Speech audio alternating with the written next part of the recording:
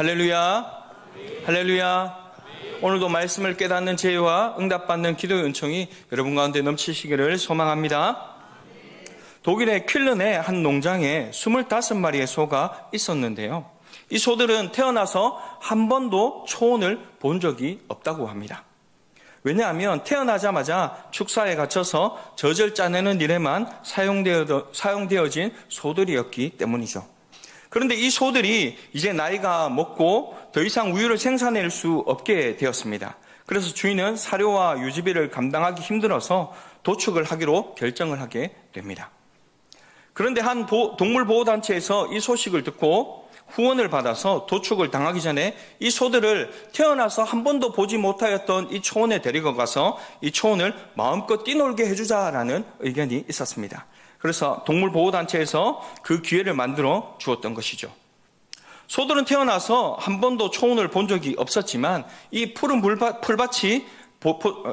풀밭을 보자마자 망아지처럼 벌쩍벌쩍 뛰며 신을 냈고 몇몇 소들은 풀밭에 머리를 비비면서 행복해 했다고 합니다. 이 장면을 본 농장 주인은 눈시울을 붉히면서 그동안 자신을 위하여서 열심히 젖을 짜고 이제 우유를 생산했던 이 소들을 보며 죽이고 싶지 않다라고 생각을 했습니다. 그래서 도움을 구하는 영상을 올렸고요.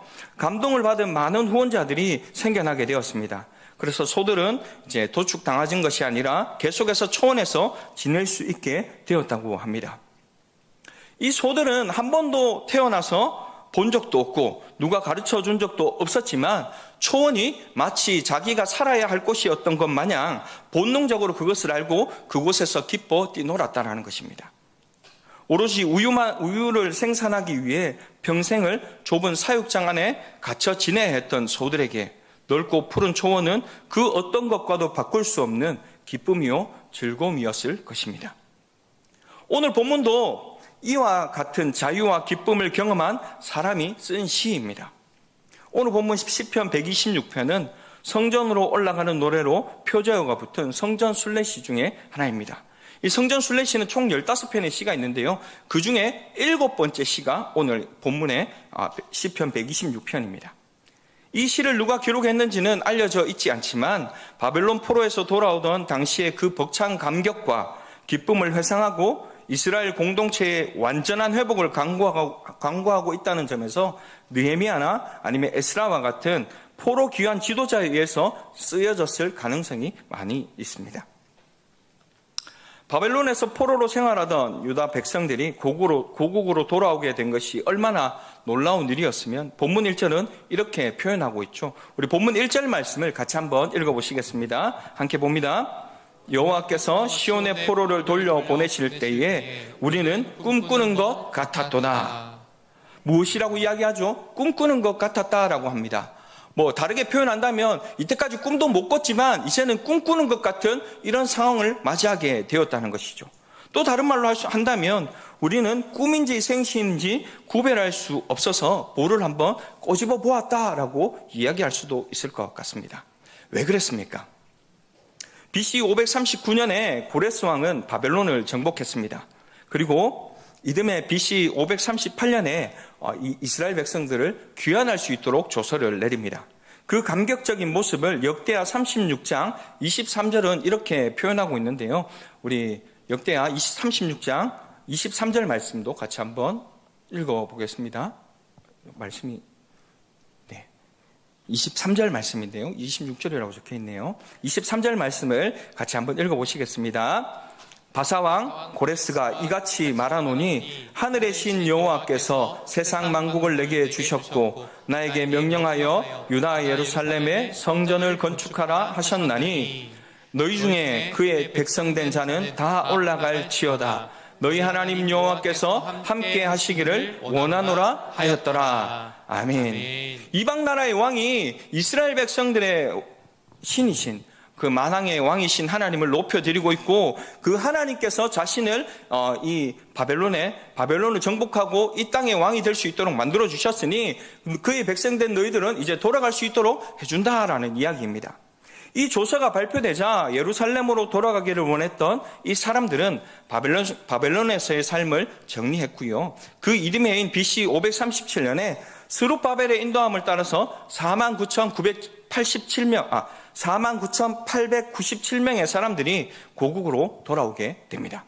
이것이 1차 귀환이었습니다.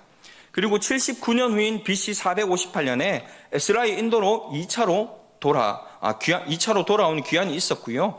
또 14년 후인 BC 444년에 느헤미야의 인도로 3차로 귀환하게 됩니다. 그래서 1차와 3차의 간격은 총 93년의 간격이 있었습니다. 표면적으로 보면 유다 백성들이 고국으로 돌아올 수 있었던 것은 고레스 왕이 귀환 명령 조서를 내렸기 때문이었습니다. 그럼에도 오늘 본문에 나오는 이 시편의 저자는 고레스 왕이 시온의 포로를 돌려보낼 때라고 말하지 아니하고요. 여호와께서 시온의 포로를 돌려보내실 때라고 말하고 있습니다. 왜 그럴까요? 그것은 고레스 왕이 조서를 내린 것 같이 보여도 그 배후에는 하나님의 불가사의한 은총과 신묘막측한 섭리가 있었기 때문임을 이 시편 기자는 너무나도 잘 알고 있었기에 이렇게 표현할 수 있었다라는 것입니다. 여러분, 유다의 마지막 왕이 누구인 줄 아십니까? 시드기야입니다. 바벨론의 왕이 시드기야 앞에서 그의 아들들을 모두 다 죽입니다. 그리고 유다의 귀족들도 몰살을 했습니다.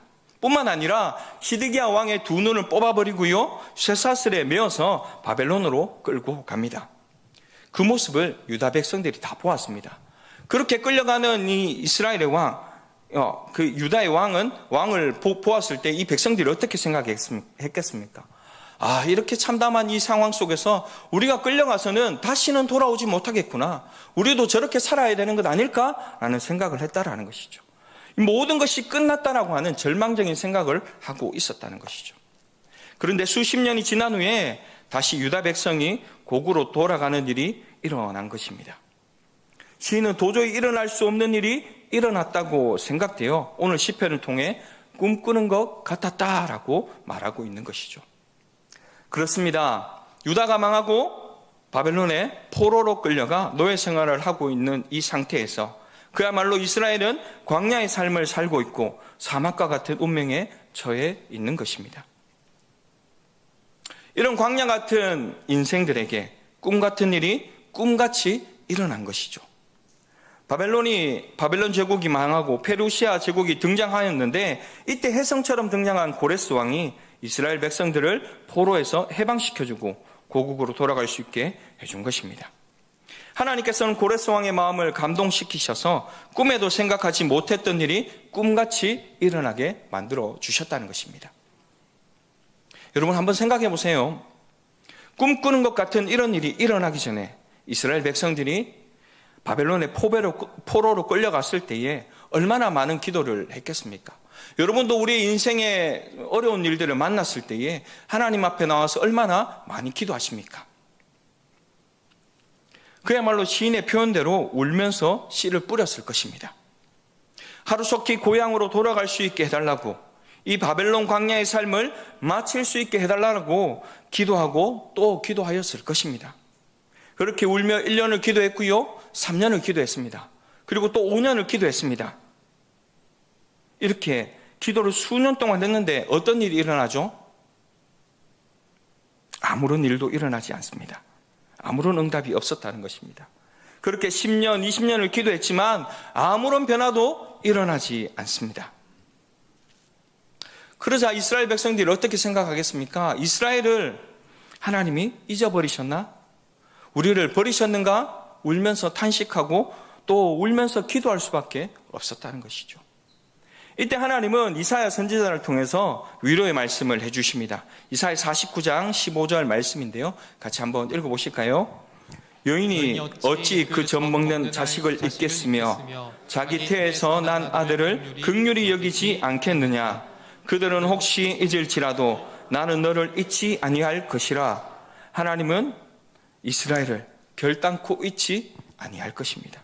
그리고 버리지도 않으셨습니다. 여러분, 이 사실 믿으시나요? 우리가 광야 같은 인생길을 살고 있고 우리 인생에 어렵고 힘든 일을 만나서 우리는 절망하고 좌절할 수밖에 없는 인생이 되었다고 할지라도 하나님께서는 우리를 버리시지도 또 잊어버리지도 않으셨다는 것입니다. 다만 때를 기다리고 계셨던 것이죠. 하나님은 보이지 않는 손길로 역사의 수레바퀴를 돌리고 계셨습니다. 그리고 마침내 때가 이를 때에 이스라엘을 바벨론 광야에서 끌어내셨고 고레스 왕의 마음을 감동시키셨습니다. 그리고 광야에 시온의 대로를 내셨으며 다시 이스라엘 백성들을 고국으로 돌아갈 수 있게끔 만들어 주셨습니다. 할렐루야. 여러분 이 사실 믿으시나요? 그런데 여러분, 광야는 어떤 곳입니까? 우리가 생각하는 광야는 어떤 곳인가요? 광야는 온통 황갈색으로만 가득합니다. 그래서 풀 한 폭이 나무 한 그루만 만나도 반가운 곳이 바로 이 광야입니다. 이렇게 광야가 메마르고 온통 황갈색으로 가득한 이유는 광야에 물이 없기 때문입니다. 우리가 생각하는 이스라엘 땅의 그림은 온통 황갈색으로 가득한 메마른 광야를 떠올리기도 합니다. 하지만 이스라엘 땅 전체가 광야로 이루어진 것은 아닙니다. 이스라엘 땅 안에 유대 광야가 있을 뿐입니다. 사실 이스라엘 북쪽에는 이런 곳도 있어요. 텔단이라고 하는 국립공원인데요. 그곳에는 물이 흘러 넘칩니다. 숲속에 시냇물이 흐르고 얼음 냉수 같은 차가운 계곡물이 흘러내립니다. 푸른 숲속에 하늘 위로 쭉쭉 뻗은 나무들이 있고요. 들꽃과 과일나무들이 자라나고 있는 곳이 이 텔단이라고 하는 국립공원입니다. 이곳에 이런 숲이 가능한 이유는 바로 헐몬산이 있기 때문이죠. 헐몬산은 해발 2814m의 높이를 자랑하는 이스라엘에서 가장 높은 봉우리입니다. 1년에 약 1500mm 이상의 강우량을 기록하는 이 헐몬산에는 1년 내내 꼭대기에 눈이 덮여 있다고 합니다. 사실 비가 내리는 것이 아니라 눈이 내린다고 하는 것이 맞을 것입니다. 그리고 여름이 되면 서서히 녹아내리는 헐몬산의 이 눈들은 사방으로 흘러내려가 강의 수온지 역할을 하게 됩니다. 이 헐몬산에 눈이 녹아서 남쪽으로 흘러내려가면 요단강의 상류를 형성하게 되고 갈릴리 호수로 흘러 들어가게 됩니다. 심지어 이 헐몬산은 중동 지역에 있음에도 불구하고 한여름을 제외하고는 눈이 계속 쌓여 있어서 스키와 썰매를 즐길 수 있는 곳이라고 합니다. 그렇습니다. 메마른 광야에 꽃이 피고 숲이 우거지려면 그곳에 물이 있어야지만 가능하다는 것입니다. 에스겔 선지자가 그와 같은 환상을 본 것입니다. 에스겔 47장에 성전 문지방에서 흘러나오는 물이 사해로 흘러들어가자 죽은 바다가 살아납니다. 어부들이 물고기를 잡아 올립니다. 이 물이 흘러가는 곳마다 숲이 우거지고 과실나무들이 열매를 맺는다라고 이야기합니다. 또 하나님께서는 이사야 선지자를 통하여서 이렇게 말씀하시죠. 이사야 43장 19절에서 20절 말씀에 이렇게 말합니다. 보라, 내가 새 일을 행하리니 이제 나타낼 것이라. 너희가 그것을 알지 못하겠느냐? 반드시 내가 광야의 길을 사막의 강을 내리니 장차 들짐승 곧 승냥이와 타조도 나를 존경할 것은 내가 광야의 물을 사망의 강들을 내어 내 백성 내가 택한 자에게 마시게 할 것임이라.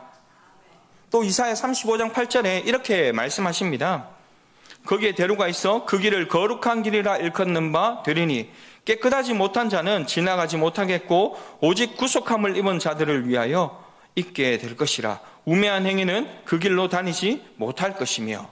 아멘. 이 사막에 뚫린 대로 길을 통해 바벨론의 포로로 끌려갔던 이스라엘 백성들이 다시 시온으로 돌아오게 할 것이라고 말씀하고 있습니다. 광야는 비가 오지 않아 황폐하고 메마른 땅입니다. 하지만 광야에도 충분히 비가 오면 죽었던 땅이 살아나기도 합니다. 나무가 자라나고 숲이 우거지게 됩니다.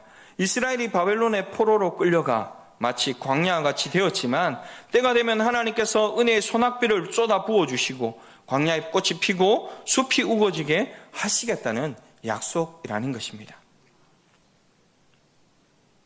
그런데 우리가 알아야 할 것은 광야에 꽃이 피고 사막이 백합화같이 피어 즐거워한다는 말씀은 광야에 몇 송이 꽃이 피어나고 또 사막에 백합화 몇 송이가 피어난다는 말씀이 아닙니다. 광야에 하나님의 은혜로 꽃처럼 피어날 것이요 사막이 하나님의 은혜의 담비로 백합화처럼 활짝 피어나게 될 것이라는 것이죠. 우리 인생의 가문 곳에 아주 가뭄의 단비처럼 짧게 아주 작은 역사만 나타나는 것이 아니라 하나님께서 이 광야에 소낙비를 쏟아 부어주셔서 사막에 백합화가 크게 피어나게 하시고 광야의 꽃이 우거지게 만들어 주신다는 것입니다. 그런데 우리 인생을 보니 어떻습니까? 우리 인생의 광야에 하나님의 은혜의 꽃 백합화가 활짝 피어나야 하는데 기다려도 꽃이 빨리 안 피어나니까 여러분 어떤 생각이 드시나요? 내 인생이 지독한 광야에 생각보다 너무 오래 머물러 있다고 생각되지 않습니까? 나는 하나님께 버려졌고 잊혀졌다고 생각되지 않으시나요? 그러나 하나님은 결단코 나를 버리시거나 잊어버리는 법이 없으십니다. 여러분 기억하십시오. 내가 그 어떤 지독한 광야에 던져져 있을지라도 나는 지금 하나님의 손안에 있다는 사실을 말이죠. 여러분은 지금 하나님의 손안에 있는 줄로 믿습니다. 하나님께서 강하고 의로운 팔로 나를 안고 계시고 또 나를 품고 계시며 나를 당신의 양 어깨에 걸쳐매고 있습니다. 내가 지쳐 쓰러질 때면 당신의 은혜의 날개로 나를 업고 가십니다. 이런 하나님께서 광야를 지나는 우리를 향해 이사야 41장 10절의 말씀을 통하여 이렇게 말씀하십니다. 우리 같이 한번 읽어보실까요? 함께 보시겠습니다. 두려워하지 말라. 내가 너와 함께 함이라. 놀라지 말라. 나는 내 하나님이 됨이라. 내가 너를 굳세게 하리라. 참으로 너를 도와주리라. 참으로 나의 의로운 오른손으로 너를 붙들리라. 아멘. 두려워하지 말라는 말씀에 이어서 항상 따라다니는 말씀이 있죠. 무엇입니까? 내가 너와 함께 하리라 라는 말씀입니다. 여러분 우리가 두려워할 것이 없는 것이 무엇입니까? 바로 우리 하나님이 우리와 함께 하시기 때문입니다. 그렇습니다. 이스라엘이 바벨론의 포로로 끌려갔을 때에도 하나님께서 이스라엘과 함께 하셨습니다. 그 하나님께서 우리가 어떤 상황, 어떤 문제를 만날지라도 우리와 함께 계실 줄로 믿습니다. 어떤 지독한 광야를 지나고 있을지라도 하나님이 우리와 함께 하심을 믿으시면 아멘입니다. 또한 언제나 나와 함께 하시는 하나님은 광야를 이길 수 있는 힘을 주시고 광야를 통과할 능력을 공급해 주십니다. 이사야 40장 28절에서 31절 말씀은 그 능력을 주시는 하나님이 우리에게 어떻게 말씀하시는지 기록되어 있는데요. 같이 한번 길지만 함께 읽어보시겠습니다.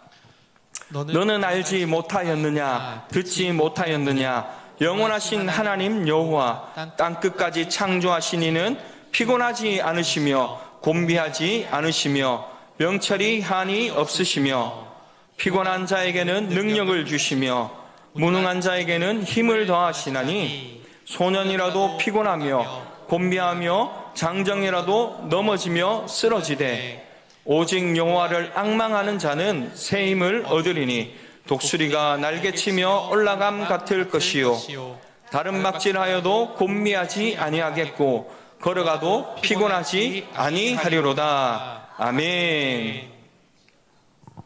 하나님은 앞으로 나라를 잃고 포로로 끌려가게 될 이스라엘 백성들에게 그들이 광야를 지날 때에 오직 하나님을 앙망하라고 말씀하십니다. 그리하면 새 힘을 주시겠다라고 약속하셨다는 것이죠.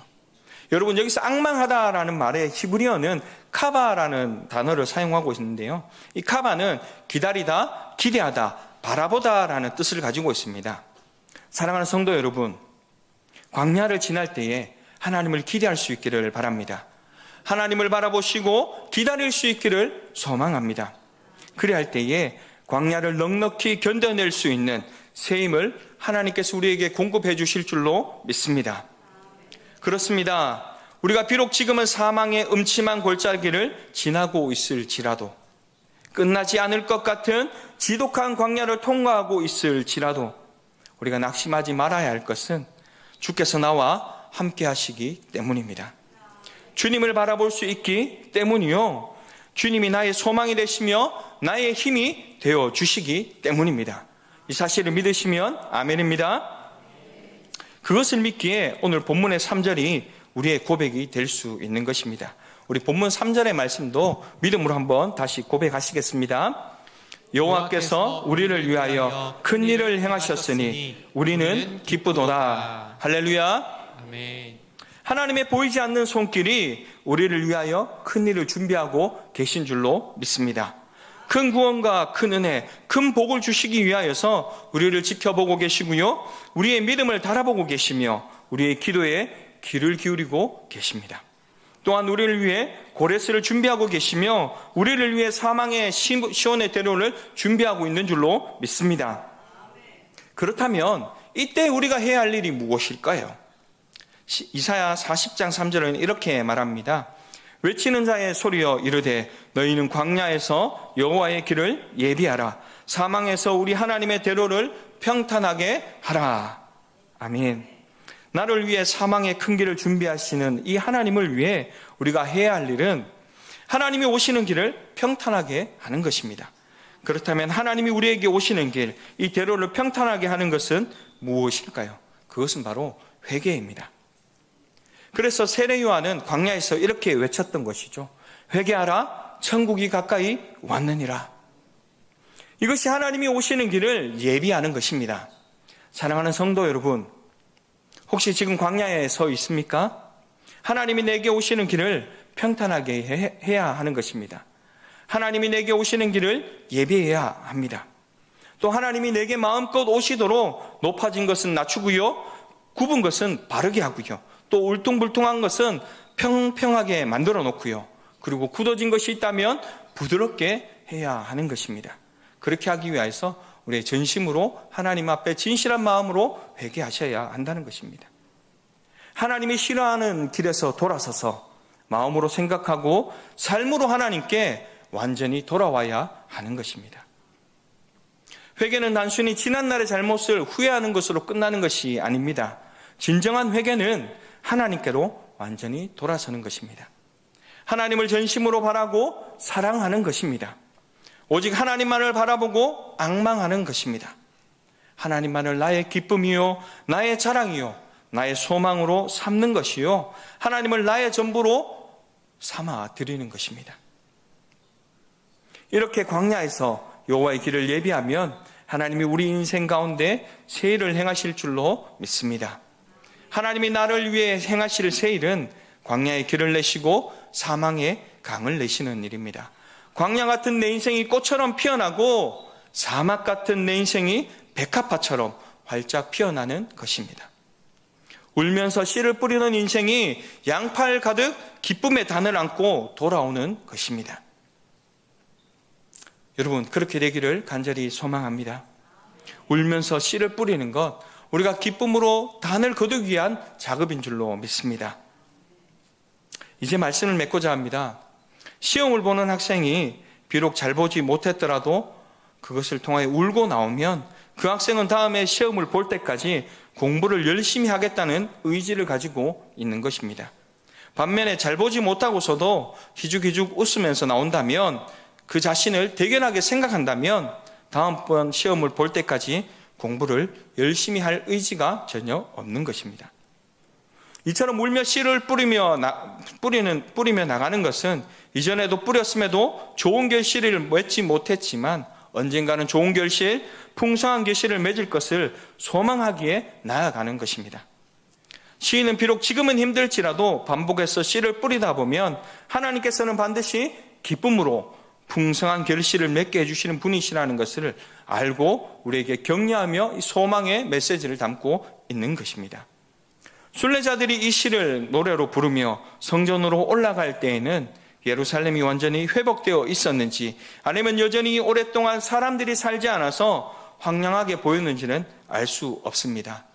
하지만 시인이 바벨론에서 돌아온 것을 기뻐하고 또 수많은 사람들이 돌아오게 될 날들을 꿈꾸며 삶의 자리에서 신실하게 살았기 때문에 성전으로 향하는 순례자들이 이 노래를 부를 수 있게 된 것을 감사하며 찬양을 드리고 있는 것입니다. 우리나라도 마찬가지지 않습니까? 우리보다 복음을 먼저 받은 신앙의 선조들이 눈물을 흘리며 씨를 뿌리고 신실한 삶을 살았기에 오늘의 한국교회가 가능했다고 믿습니다. 뿐만 아니라 우리의 가문에도 동일합니다. 할아버지 할머니 때에 또 우리의 부모님이 복음을 먼저 받으시고 눈물로 말씀을 심고 울며 기도를 심어 주셨기에 우리의 가정이라는 이 기쁨의 단을 거둘 수 있었다는 것입니다. 이제 우리가 눈물을 흘리며 말씀과 기도의 씨를 뿌리고 울며 하나님의 이름이 거룩히 여김을 받는 삶을 살아낸다면 우리의 자녀들이, 우리의 후손들이 기쁨으로 단을 거두게 될 것입니다. 그렇습니다.